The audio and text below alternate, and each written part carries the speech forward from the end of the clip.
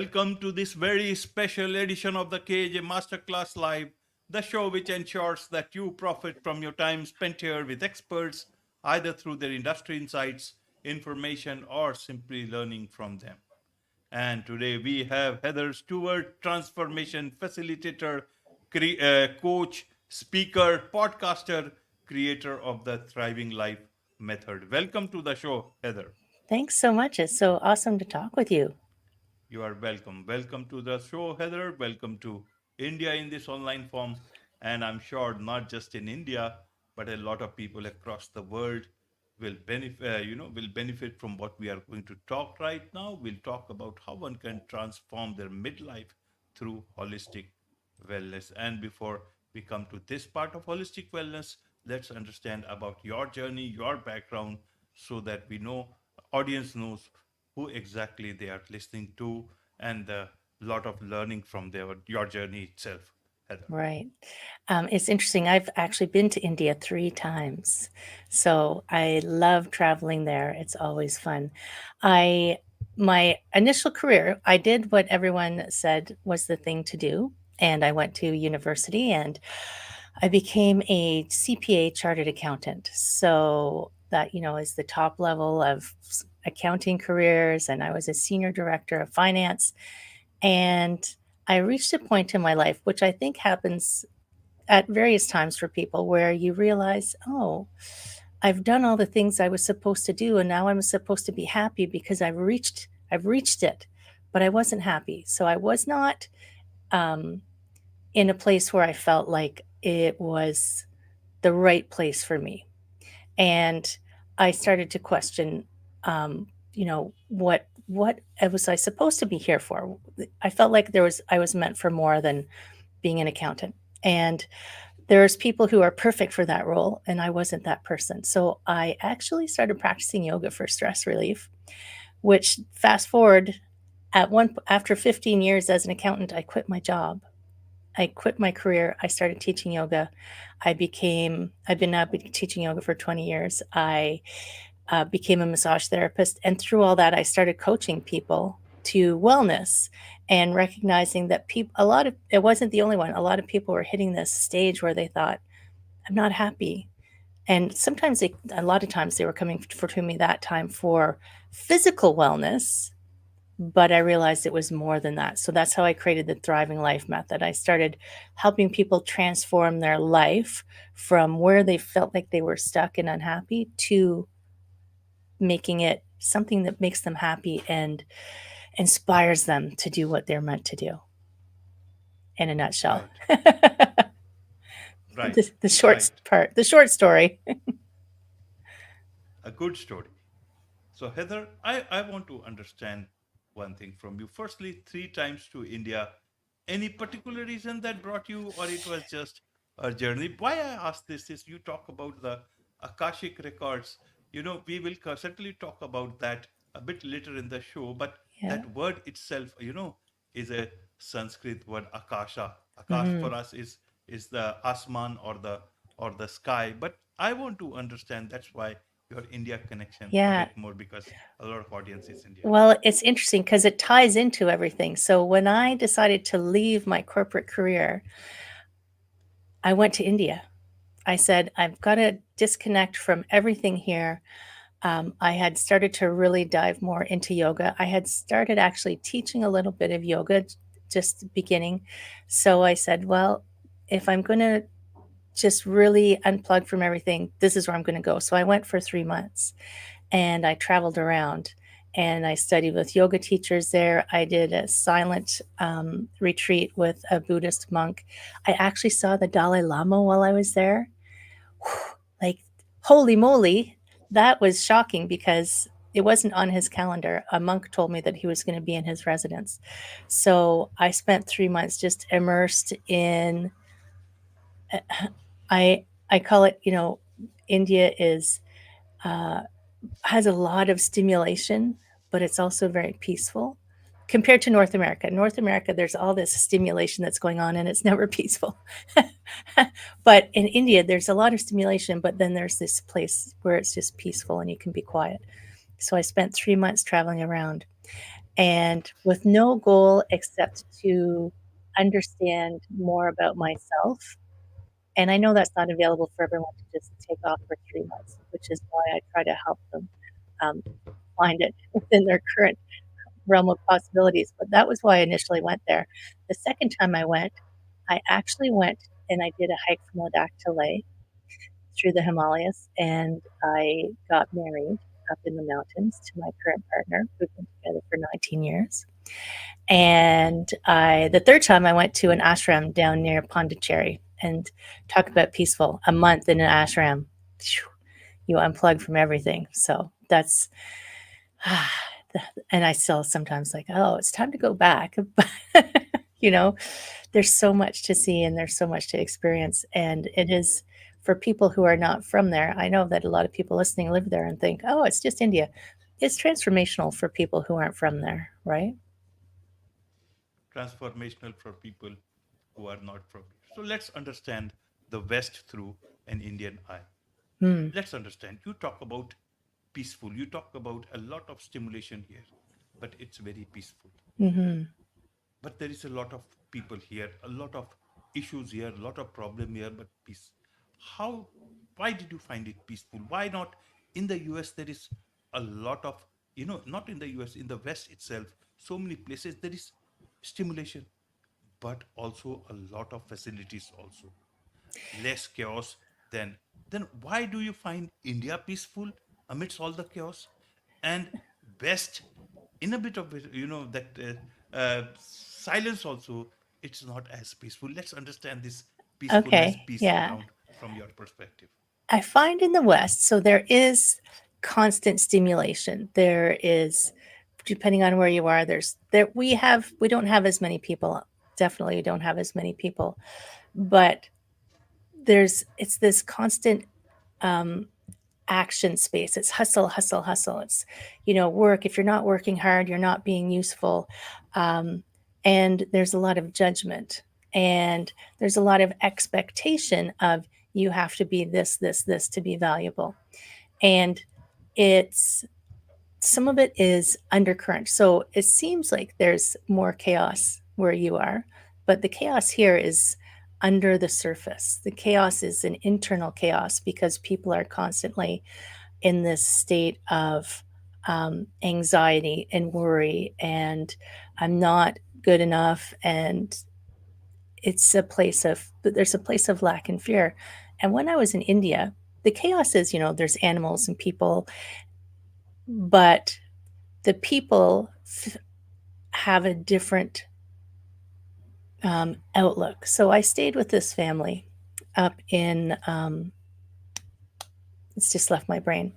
I'll come back. I'll remember what it is. I stayed with the family up in the mountains, and they lived very simply, and they thought they felt like I was lacking because I didn't have a job and I didn't have children. And I thought, and I was thinking, oh my goodness, like the clothes that I'm wearing because I was hiking in the mountains are worth these dollar signs, but they're not important. What was important for them was the family and the connection and the community and the support and the love. And they had everything they needed. I listen to Ram Dass sometimes, and he says, what if human needs is food and shelter and companionship? And when you add on anything else, it just complicates your life and creates anxiety. So I realized that my life had become very complicated, where, and it's the grass is always greener, I know. But on the other side is when you have everything you need and you're satisfied with it. And I mean, people in India are working hard, and I've seen the influence of the West over there. And but when you spend time with people, you realize their values are still just want to be happy. I don't need more than I need, and I just want to be happy. And that was my impression. Absolutely. So what Hmm. stops everyone everywhere not to be happy with? Is it about our self created, or is it somebody else is pushing? Nobody pushes anyone. Perhaps it is our self belief. How do you look at it? The reason is that why can't I dissociate? And that is where brings me to the midlife part. Right. Midlife is a position, is a time to introspect. When you reach halfway, you look towards the future and also look towards the past of what you have achieved and look towards the future with hope. With what you have gathered, with what you have got, you move towards the future with that. Why should Right. it be crisis? Why should be a problem? Why can't we look at it like that? Why do we call a midlife problem?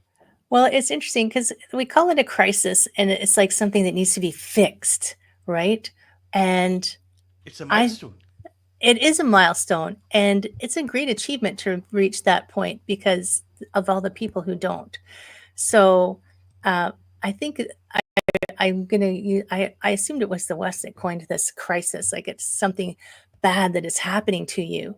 And if you haven't reached this epic place of happiness by midlife, well, you've failed. And I think, but you're only halfway. You're not judging people in a race because they've only reached halfway. You're like, hooray, you've reached halfway. So I don't like to look at it as a crisis. I think it's actually it is a place to stop and evaluate, which is, I mean, I was 37 when I did it. And for some people, that's early. I don't plan to live only until 72, 4, whatever, double that is. But it was a place where I hit this. I feel like it's a milestone. So 27 is a milestone. 37, I feel like, is a milestone. And it's when you get to 37, I got to this place and I thought, wow, I've lived all of this. Who was I living it for? So you ask who pushes us? So we push ourselves. We create our own suffering. We are the causes of our own suffering. But that is because we're not able to discern, is that what I want? And is that right for me? Or is that something from the external that I'm using to value myself? So if we constantly value ourselves by the things outside of us or what the people outside of us say should our value should be, then we're never going to achieve it because you're never going to be good enough. If you compare yourself to like social media influencers, or if I compared myself to famous coaches or famous yogis, or if you compared yourself to some famous broadcaster, we would always feel like we were lacking somehow.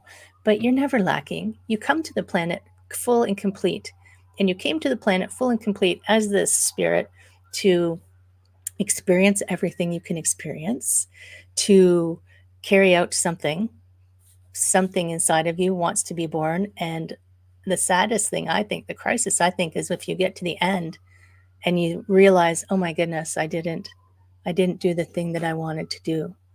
So I'm going to have to come back. you know, Come back down, do it again, do another, try again. Right. So midlife should be about more about introspection, not about evaluation. You see, I read this line from the West itself in some book written say how to win friends and influence people Yeah. many years back, and in that there was this whole one line which I still remember. There was several other lines, but this one comes to me at this point while we are talking is that even God doesn't, judge a man until the end of his days. Why should you and I? Here we are doing the same thing to ourselves. Yeah. Isn't it unfair to ourselves? Rather, look at Trump. Look at if he looked at himself at midlife, except for the money, he would have perhaps looked at it differently. But you Yeah. see, so and even the West from the West itself, you save the best for last. There are songs about it, There So is. why don't we believe it what we say? Help us understand from that perspective. Well, it's funny because, you have so many people who have so many things. I think of the good china. We're not going to use the good china right now, the plates and cups and things, because that's only for special occasions.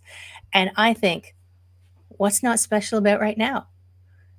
So from that perspective, it is true. If you wait until the end of your life to look back and say, did I do the things that I wanted to do? Then it's still too late. So and this is where an accountant part of me is going to come out. Even in accounting, you'll plan. You're like, I have this plan on how this is going to work, a budget. partway through, you don't wait till the end to see if it's right. You partway through, you go, is the budget working? Oh my gosh, it's not. We got to change something. So think about budgeting. Your time is an asset that you have that you cannot get more of, and you can't put it in a bank. So think of your, if you like accounting, why not? It's logical. The logical brain loves accounting. The esoteric brain not so much. But the logical brain, if it wants, think of your time as currency. How will you budget your time to achieve what you inside of you wants to achieve? That's a shift that I wish we could get to, because people would stop doom scrolling. Let's not even talk about what happened yesterday. I mean, I'm north of the border, and sometimes I think I should move further north away from the border. But how are you going? What have you got on your inside, your heart? And it doesn't have to be, I always say, it doesn't have to be in Hollywood epic. It doesn't have to be exploding cars and gun chases. Maybe you raise beautiful children, which is a beautiful thing. Maybe you build a beautiful garden and that makes your heart sing. That's an important thing, because that shares light out into the world and people enjoy your garden. Maybe you paint beautiful pictures. Maybe you do have a corporate job that helps somehow something the world. Everything should have something that lights up you inside, so that you feel spiritually complete when you come to the end. But don't wait till the end to check your budget. Absolutely. And so midlife is something where we introspect, look at Yes. it. Where does this holistic wellness come in there? What do you mean by holistic wellness during midlife when we reach that milestone? How do we get started with that if we have not already started? How do we make our accounts right so that the next rest of the journey becomes a Right. right sort of a destination we reach? So when I was helping people, I found a lot of people will focus on one thing, right? So my physical body's not right, so I've got to work on that. And there's a thing in the north or in the west about men when they hit their midlife divorce their wives and get a young girl in a fancy car, as if that's going to somehow stop them from aging. But I think it's too narrow. So when I say holistic, it's like look at your whole body. It's even like yoga. Like asana practice is only one limb. You're looking at your whole life, right? So I broke it down into an acronym that spells become, to help people kind of look at the parts, but look at it as a whole. So there is your body, because you do want your physical vehicle to carry you and be healthy enough to carry you around. There is your emotional health. How do you feel on a regular basis? With the caveat that you do have to feel all the feels. Like we did come here to have, we label them good and bad, but spirit doesn't care. It just thinks it's all the feels. So, but for the most part, you want to be in a place of happiness and contentment. There is your community. So, body, emotion, community, that's your relationships, the people around you. Do you have people to support you? Do you feel supported? Do you have people that you enjoy supporting? Are there people who take from you, but you never get anything back, and that's depleting for you? Looking at your relationships, your occupation, which isn't necessarily your job. So, that's the O. It could be volunteer work, it could be work that you do because you love it, but something that you feel valued and that you're providing value and that you're appreciated. Your money, of course, we do live in a world right now where you do need financial money access to have your food, shelter. So, do you have enough for what you need, your needs? Have you considered a real dollar and dollars budget? Some people cringe at that, but maybe you have a financial planner. Do you give back? Do you have the ability to give back financially to people who need money? So evaluating where you are financially. Some people focus all their attention there as well, truthfully. But and then the last thing, which I think is the most important one, but I put it at the end, is engagement, which is your spiritual health, which is your purpose, which is your passion, which everything else should be a reflection of. This is my opinion. Everything else should be a reflection of your reason for being. What lights you up? it doesn't have to pay you, but what makes your heart sing so that you feel excited every day? That is my holistic view. Taking all those pieces, they spell the word become, so that you can become your best self. Can become your best self. And you Yeah, talk about balance. You talk about the work life balance, but not work life balance, but harmony. And harmony. harmony, somehow, I find it very close to peace. Tell us about Harmony, yeah. this, Harmony isn't it? is very close to peace. Yes. And when you have So, harmony, then there is music, there is resonance, not dissonance, and life is peaceful. You love the music of life. Tell us about this harmony so that people understand it the way yeah, you want to explain. yeah. So, I started when I was in the corporate world. You were constantly we're talking about, oh, I've got to find balance, work life balance. Like you were going to divide your life into two parts. This is my work. This is the rest of my life. And what I found was nobody's ever done it. There's books, there's walls and walls of books about work life balance. Nobody has ever found work life balance. And I think it's because, like that, go back to the holistic view, it's only one part of your life. And if you're trying to say, that's me at work, and then this is the rest of me, it's too divisive. Like you don't, it's saying you don't want work to be part of your life. You're extracting it from your life and you're putting it over here. And if you think about balance, it's this one tiny little point, and anything that comes along and might a wind, a breeze could knock it off. But harmony is where everything can operate together. So even waves, musical notes, when you have a change, everything else shifts. So if work is, you know, causing you to work a lot, the rest of your life will come in to help support you and bring you up. So your physical health, your community is going to help support you. If you're physically sick, other things are going to come in and support you and lift you back up. So it's more like a dance almost of those parts, where you're not trying to pull your life out and put your work up on a shelf and then you're going to live your life over here, because we spend a lot of our time at work. So instead, try to harmonize it so that when you are working hard, the other parts of your life can support you. When you have more time, you can support these other parts of your life, and you're just always shifting and adjusting. We'd never have a static place. If you think of something static, it's not growing, it's not progressing, it's not moving anymore. There's no more growth.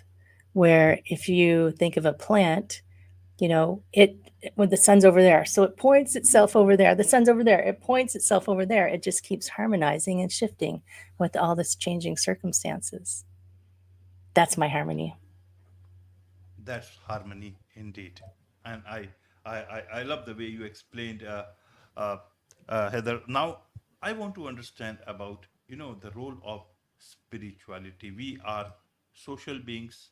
We are connected beings. Everything is connected in the universe. But we don't somehow seem to connect or want to connect with what is in the present. Sometimes, and nothing wrong with that, but many a times we think of higher self, and as you rightly also talk about the Akashic records.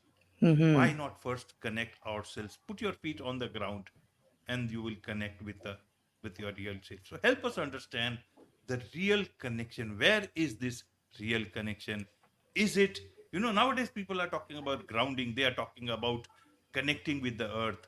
Move less with those shoes when it is possible, connect with the ground, and you will have a direct connection with everything that is required. So how do we look at our connection with the real ground that we stand on, the connecting with our higher self, and getting access to the Akashic records? Where are Right. we in this whole scheme of the grand design of God or universe? Yes, we went down. We used to be very connected, right?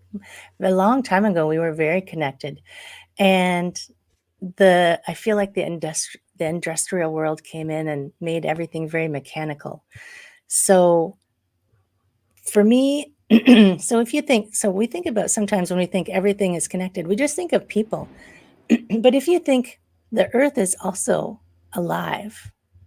There's animals, there's plants, they all have their energies. The earth is alive, and the earth is an entity, and we are connected all together, and we are all the same thing. So I heard this beautiful description once. If you imagine an ocean is all one big body of water, and if each wave thought that it was unique, pardon me, an individual and not connected to anything because it couldn't see that it was part of the ocean, it's like, of course, the wave is part of the ocean. So we are all waves in this ocean of energy. And I was reading this morning, I actually wrote myself a note recently that said, if we're all connected and I am creating everything, then who are these people that are also connected and creating their own thing? I don't have an answer to that, but connecting yourself to the earth, because the earth is a physical, live being, an energetic, you can call it spirit if you want. And it is the mother, right? So it is supporting us. And she doesn't ask anything from us. The sun never asks us to give back, it's giving us energy. So we are all connected and we are all energy. And the Akashic records, so the Akashic records are, if you imagine that each person is a spark, a soul, which is just like the divine has created lots of little sparks of itself, and we are here to do something. And but because we're energy, we can't be destroyed, and we've never been created. We're around. And the Akashic records, when I tune into the Akashic records, they have a record. They're called the record keepers, as something that the human mind can imagine. I can ask them questions about my soul, everything I've ever been, everything I've ever done, everything I'm doing now, everything that I might be, all possibilities all at once. And I can connect with them and ask them questions about, you know, why, what can I know about why I act this way? Or sometimes I ask them about what can I know about abundance, or what can I know about spirit, or what can I know about anger, or what can I know about harmony. And sometimes if they think I'm not ready for the answers, like if I haven't reached a state, they won't tell me. But a lot of times they will answer me. And people have the ability now. Apparently, previously, it was more difficult for people to connect in with themselves. So I have my record keepers and I talk to my higher self every day. So my higher self is just, I feel like it's somewhere around my eighth chakra up here in my soul. And it knows everything about me and does not judge me and only loves me. The record keepers are only love. The divine is only love. You cannot do anything bad. It's not like the Western version of God where he's like this, you're a bad child and I'm going to punish you. That doesn't happen. It's all love. It's only love. And my higher self, if I'm not sure, I will ask it a question and it will give me a yes or a no. I can only ask yes or no questions, but I'm getting very good at asking yes and no questions. Should I go this way? When I'm walking, should I go this way? And it will tell me yes or no. Because it knows what's laid out and the highest potential for me. I don't, from my 3D human form. So my my way of being in harmony, it is in harmony, is in trust. Harmony is also trusting. I trust that the universe only has my best intention, that they will send me the answers when I need them, and that if I just trust and follow and don't fight against, it's like in a place of acceptance, which is also peace, then things unfold for you. You find that place of harmony, you find that place of peace. You're not always struggling. I find the West is always fighting and struggling. It's like they're always at war. Mostly it's with themselves, but it manifests outwards. So it's like, why can't we just all be happy inside ourselves and trust? Right, right, Heather. Wherever we are, most of the biggest wars are within us, not outside us. And that is So where true. we need to reach to ourselves better and look at ourselves better. And that is Yes. what brings me to your podcast. You are the host of the Back to Me podcast. Tell us a bit about this. This is just one episode with me. in your podcast, you have many episodes from where people can learn how they can be back to be to themselves. Yeah, so that podcast came when in 2021 I had a stroke and I was in the hospital, and I had a blessing of a 3-day silent retreat because no one could visit me. I couldn't see properly, and I was in the emergency room. So I was alone by myself for 3 days in the emergency room, just talking to, you know, my higher self and why am I in the hospital? And why did I have a stroke? So my program, the Thriving Life Method, came back to me and made me realize that even for me, there were aspects of myself that I was not giving enough attention.